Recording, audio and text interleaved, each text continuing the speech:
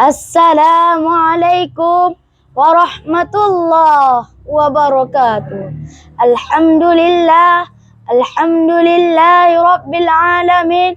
Wassalatu wassalamu ala ashrafil anbiya'i wal mursalin wa ala alihi wa sahbihi ajmain, amma ba'd. Hadirin yang dirahmati Allah, setiap insan manusia mengharapkan yang namanya ketenangan hati, karena dengan itulah akan hadir kenamaan jiwa dan ketentraman batin. Dan itulah yang dicari-cari seluruh umat manusia di atas permukaan bumi ini. Karena ketenangan hati adalah kunci untuk mencapai kebahagiaan diri. Maka pada kesempatan yang mulia ini, izinkan saya menyampaikan pidato dengan tema ketenangan hati. Para pemirsa yang berbahagia, roda kehidupan terus berputar. Banyak cerita dan episode yang harus dilewati di setiap putarannya. Ada sedih, ada juga senang. Ada derita dan ada bahagia. Ada suka maupun duka. Ada kesulitan, tentunya juga ada kemudahan. Tidak ada manusia yang tidak melewatinya. Hanya kadarnya saja yang tidak selalu sama. Maka situasi apapun yang terjadi pada kita, satu hal yang sangat penting adalah ketenangan hati. Manusia bukanlah sang pemilik kehidupan. Tidak ada manusia yang selalu berhasil meraih keinginannya. Hari ini bersorak merayakan kesuksesan.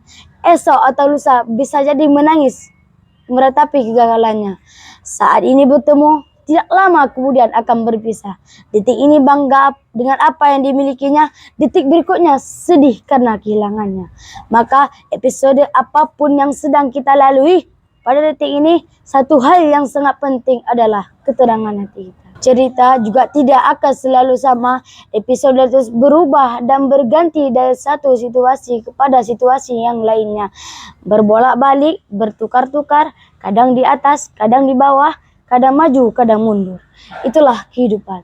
Namun, satu hal yang seharusnya tidak pernah berubah pada kita, yaitu hati yang tenang, teguh dalam kebenaran. Saudaraku, jika kita dapat mempertahankan ketenangan hati sehingga senantiasa teguh berada dalam jalan Allah, apapun yang terjadi pada kita, maka bergembiralah, karena kelak saat kita meninggalkan dunia yang fana ini, akan ada yang berseru kepada kita dengan seruan, ya ayyatuhan nafsul mutmainnah, irji'i ila rabbiki radiyatan mardiyah, fadkhuli fi ibadi wadkhuli jannati.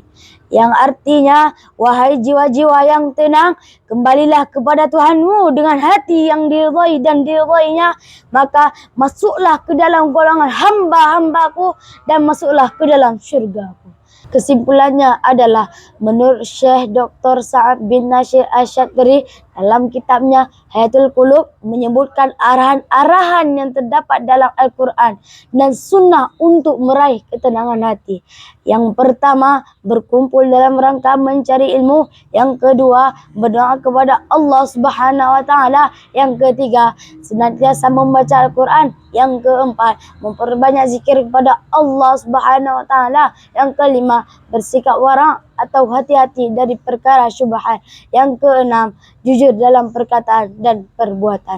Hadirin, dalam hadis At-Tabrani disebutkan doa ketenangan hati sebagaimana Rasul bersabda, Allahumma inni as'aluka nafsan bika mutmainnah tu'minu biliqa'ika wa tarda biqada'ika wa taqta'u bi'ata'ika. Terima kasih atas segala perhatiannya. Mohon maaf atas segala kekurangan.